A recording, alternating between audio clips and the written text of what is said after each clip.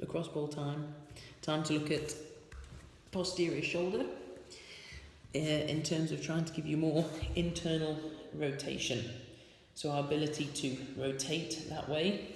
If we lose that range of motion, which happens a lot, then we end up loading the front of the shoulder, starts to create a lot of anterior translation of this humerus forwards. That can upset bicep tendon, can end up with bicep tendinopathies and all sorts of problems because we lose this range of motion here.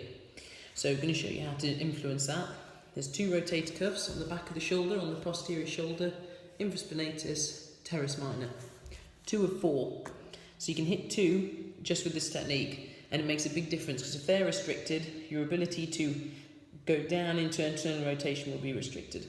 So here's what you do. Across ball, lie on your side, put the ball onto the back of your shoulder. So as if this was the front of my shoulder, it's as if I'm literally going right through to the other side, directly behind the joint, like so. Then from there, this arm needs to be at 90 degrees. 90 degrees there, keeping 90 degrees at the elbow, and then simply, with the other hand, I'm going to push down my shoulder. This is to stop it coming up, and then I'm just going to work that arm down into internal rotation, trying to keep the head of the humerus sandwiched between my hand and that ball.